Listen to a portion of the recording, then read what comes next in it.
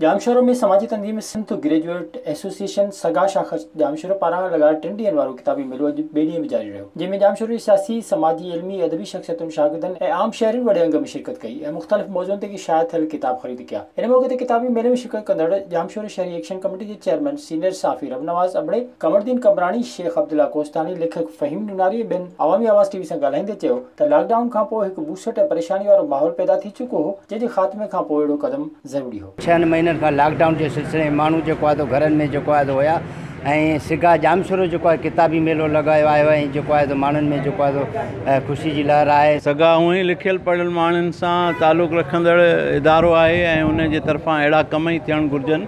Lockdown माण्हुनि खे वॾियूं मायूसियूं वॾियूं परेशानियूं ॾिनियूं, उन्हनि हालतुनि मां निकिरण खां पोइ ही इल्म जो मेलो लॻाए सगा हिकिड़ो सुठो कमु कयो आहे। किताब पढ़ी असांखे ॾाढी ॼाण मिले थो ऐं हिन किताब पढ़ण सां असांजे मुआशिरे में असां अॻिते वधी सघूं था।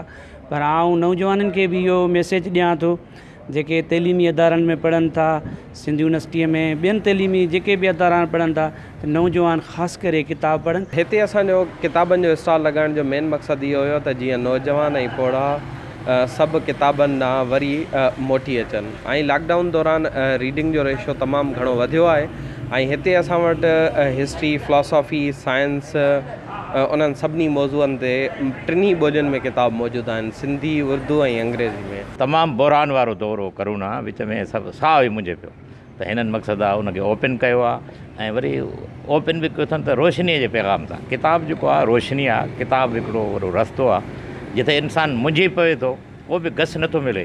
किताब ई वॾो सुठो साथी आहे, असांजो दोस्त आहे। हुन चयो त अहिड़ा बिला सिंध जे हर कुंड कुर्छ में लॻण घुरिजनि त जीअं सिंध इल्म जी रोशनी सां मुंडवर थी सघे। विज़िट कयो अवामी आवाज़ मीडिया ग्रुप जी वेबसाइट awamiawaz.pk